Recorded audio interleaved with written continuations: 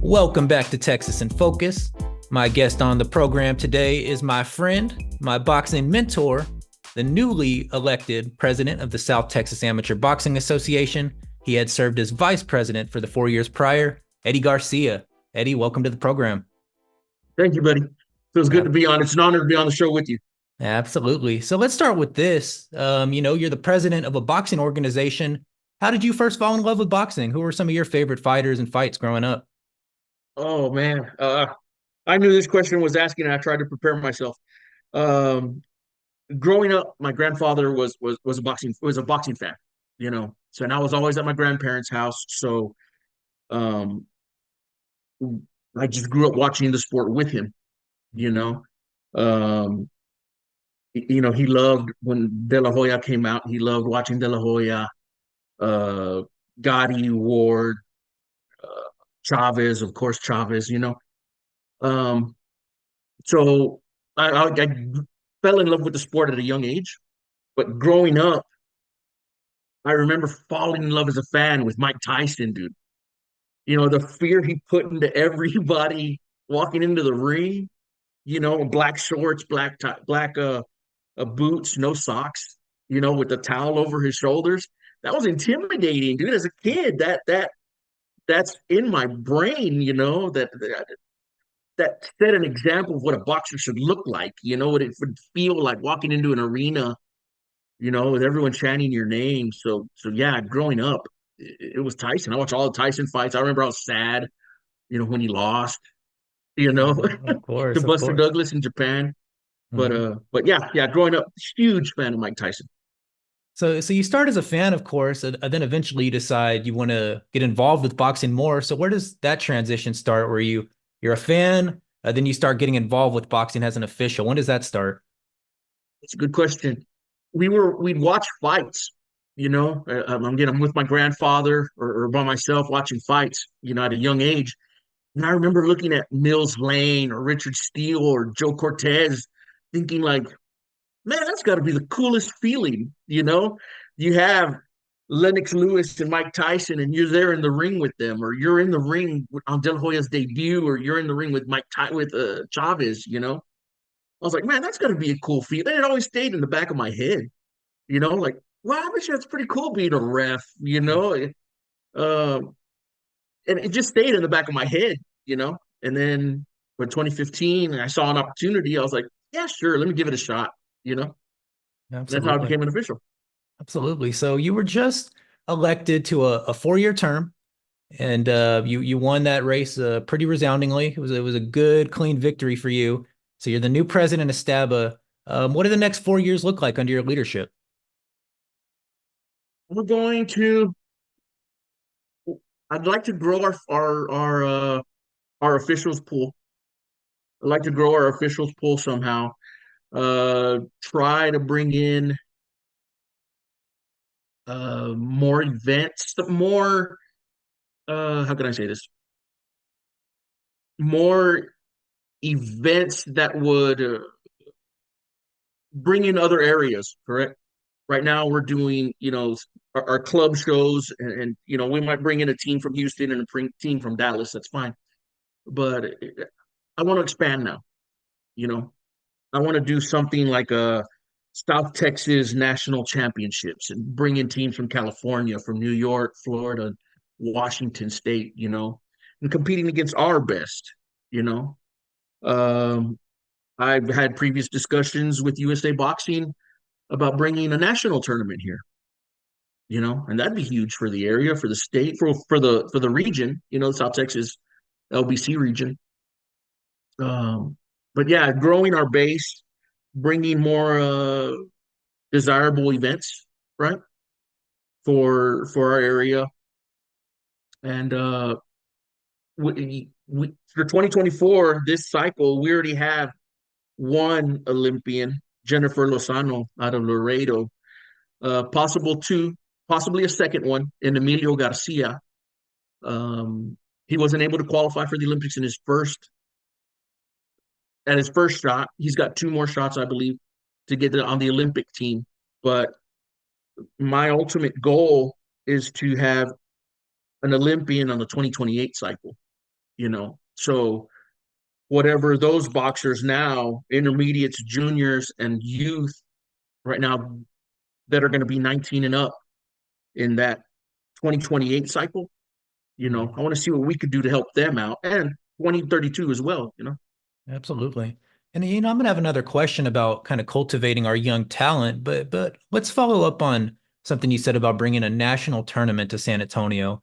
I also think that'd be a great idea, knowing, just how much of a boxing city San Antonio is. So tell me why you think that would be, something good for the community, having a national tournament or an Olympic trial in San Antonio. It would be great. It's no secret. San Antonio loves boxing. It's no secret. We did the schedule for amateur shows, and every other week it was a coach. Hey, we want to show, we want to show, want to show, we want to show. And we had to start turning them down. We just couldn't do it. We're running into official fatigue, doctor fatigue, whatever. But San Antonio's boxing hungry. We love our boxing here, you know, or just South Texas in general. So bringing the nationals would one, it would bring in, like I said, other teams and coaches that have never been to San Antonio, this area of Texas, you know, and it would open up more doors for, a team from California wants to spar or stay warm or whatever, and they'll go to a team here in San Antonio, and maybe they'll get an invite to come, for a local show, or maybe they want to stay and hang out a couple of days longer or come to local shows. So it'd be pretty cool. I would love it.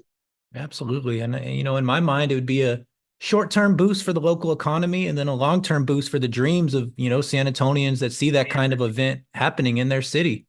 Well, Exactly.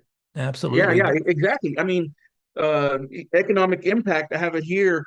Uh, the Cleveland Sports Commission, Cleveland held a qualifier in 2022, and they estimated 2.5 million economic impact. You know, in Detroit, there was 925 boxers that registered, 700 coaches, and 100 officials. That's what, 300 hotel rooms plus Abs- car rental. Absolutely. And then plus the airfare. We're nonstop destinations from San Antonio to most major airports. And we know how to, Car rentals on days off. Parents, teens, whatever, want to go to check out the missions downtown. Cruise around, sightsee for a little bit. It'd be perfect. absolutely. We know how to host an event here in San Antonio. But Yeah. we do. Let's move on from that. You mentioned some of our young talent, and we know, working at STABA over the years, volunteering at STABA, we've seen the likes of Brandon Figueroa, Bam Rodriguez pass through our ranks. As president, how can you set the tone, for just continuing to cultivate that kind of talent and making sure that that kind of talent moves through the amateurs and keeps prospering in their careers. Yeah, and it's pretty much helping them along the way, not leaving them high and dry. Um, it's let's most some boxers come from, oh, how do you say this? It's not, you're at an economic disadvantage, you know.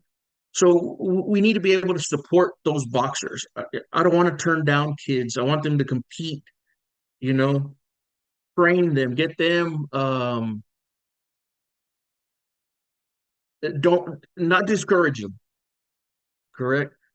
We need to, if they love the sport, then let's nurture that. Let's get them up through the ranks, provide them opportunities, pretty much is give them the proper training, give them the tools they need, and then support them along the way.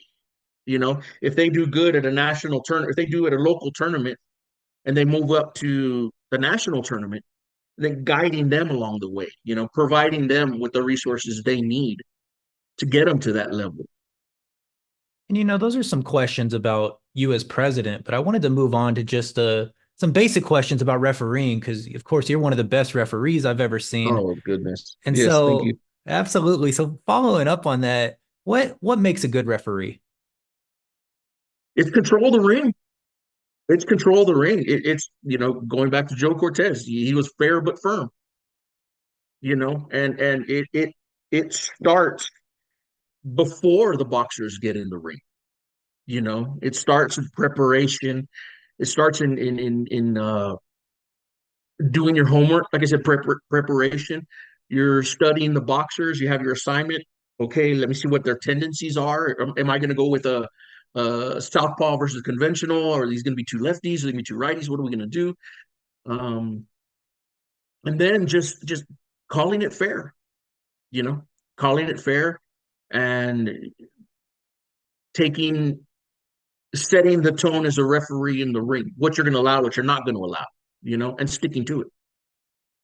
I want to follow up on calling it fair because one thing we experience as boxing officials is especially at the amateur level, we're here on a volunteer basis for most of these events. In a lot of cases, if you're doing a fight in a different city, we don't know most of the fighters' names. But if somebody doesn't like a call, maybe a coach, maybe a TO or Tia in the audience, you'll hear something like, "How much are they paying you, ref?" Or you hear talk of politics. How should a good referee, a good judge, a good official respond to stuff like that?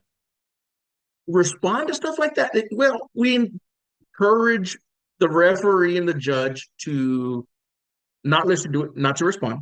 That those comments and concerns go to the official in charge, the person sitting behind the computer, and they handle that. Um, they just got to rely on their training, really. And I'm always providing trainings. We always have all kinds of trainings. USA Boxing did a has a judging platform. Where we're able to log in and watch different training videos and judge them. And then we get scored on that as well. You know, and as a referee, I encourage the referees to go out to different gyms and start really getting some practice rounds as well. And I tell the referees, I tell coaches and boxers that sparring is good for them. They get their practice rounds in, but our referees get practice rounds as well, you know, and they get to practice their movements, their calls, and things like that. Um, but yeah, just hey, what were you looking at, judge, or whatever, just fall back on your training. We know what counts, what doesn't count, you know, and I encourage coaches and parents, and that's why when we do clinics, I always put, coaches, parents, and boxers are encouraged to attend. You know, and along that line, USA Boxing has a mini clinic as well, designed for boxers to for gyms for a clinician to go to their gym and talk to the boxers, talk to the coaches, and it pretty much goes over the scoring criteria, referee mechanics, and just the different calls that a referee is going to give in the ring. What to expect before, during, and after a bout. Mhm. And let's follow up on that a little because, most times if you watch a big fight, in so much as people know boxing, if you look at a big fight, then you look at the comments section afterward. It's what was the ref thinking? What were the judges thinking? The judges are corrupt, blah blah blah, this or that.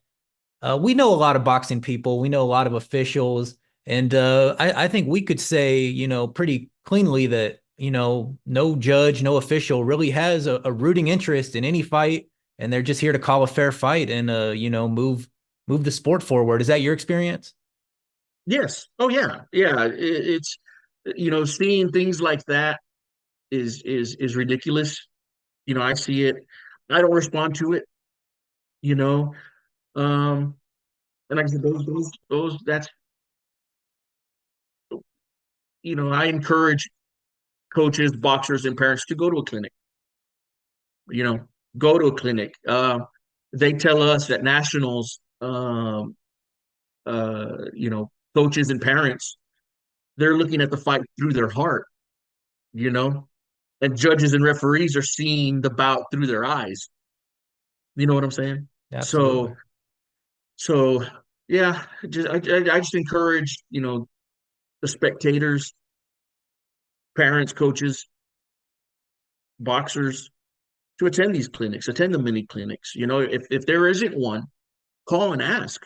They could call me, they could email, go to an event, and hey, I'm interested in this. How can I participate? How can I help? And we're not going to turn down volunteers. I'm not going to turn down an opportunity to go to a gym and talk boxing. You know. Yeah, and I only follow up on that question because I know a lot of folks may not pay attention to boxing that listen to this show, but they may relate to yelling at the referee. I think everybody in any sport can relate to yelling at the referee. Yeah, Um, yeah, and I tell the referees, in at an event once they announce, winner red corner, half the gym is gonna love us, half the gym's gonna boo us. It happens, it's you boxing. know, it happens. Yes, yeah. So as we start to wrap this up, we're entering 24. We're entering a new year. Like I said, the start of your presidency at the South Texas Amateur Boxing Association. What are some of the events on the calendar this year in our region that you're most looking forward to?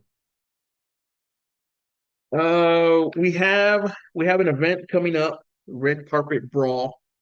That's the first one I'd be doing with James Leha. That one's looks fun, you know. Um, we're gonna have our JOs are gonna be in Edinburgh this year. Our Junior Olympics are gonna be in Edinburgh this year. Uh, we're actually gonna have an event in Laredo, the Texas State Championships, where we're gonna invite, teams from all over the state to come to Laredo and have a little event together, you know. I believe in August, Coach Macias in Austin, he's having 3 or 4 international teams come in, and he's going to have a 3-day event. So that'll be fun. Like I said, when I first got on the board, I first started kicking the tires on why don't we do something international? A lot of our gyms in the southern region of the LBC in the Rio Grande Valley area have ties to Mexican gyms. You know, why don't we have some Mexican gyms come into the area? Do something international. Um, there's a Canadian team that goes to Houston for a 3-day event. Why not contact them and have them come to the area with the Mexican team? So that's something we'd like to work out. Um, but yeah, and then of course the nationals. I love going to the national tournaments. Well, of course we do. So there's a lot of good events on the horizon, and I'll Yeah. close out with this one. And I think this one is going to be the preview reel because we always need more officials, we always need more doctors, we always want to encourage more fighters to get involved. If folks want to get involved with the South Texas Amateur Boxing Association in any way, officiating, perhaps being a ringside physician, perhaps even being a boxer, who should they contact? What should they look at to get involved with the sport? Yes, yes, they could reach out. They could contact me. 210-596-0656. They could contact me. We'll get them in the right direction. Hey, I'm interested in being a boxer. Hey, my son, uh, he wants to be a boxer, or this is going on at the house. I want to take him to a gym. Yeah, sure. What area do you live in? And I'll point him in the right direction. Um, we always need officials. Like I said, I'll never turn down an official. Ringside physicians as well. The ringside physicians need to be MDs or a DO. So, we'll always take them. But yeah, they could contact me. Go to the website, South Texas LBC, southtxlbc.org. Um, yeah, yeah. Like I said, volunteers are always welcome. Like I said, Absolutely. we got a busy calendar. I think we have 65 events already. So yeah, we're gonna need a lot of events we have coming up. There's gonna be some times where we'll have an event in the Rio Grande Valley, one in Corpus, and then one in San Antonio, or Austin, Laredo, Corpus. So officials are gonna be spread thin this year. So 65 events. We're talking to the man who's in charge of all of them. That's Eddie Garcia, the new president of the South Texas Amateur Boxing Association. Eddie, thank you so much for joining the program today. Thank you, brother. Appreciate it.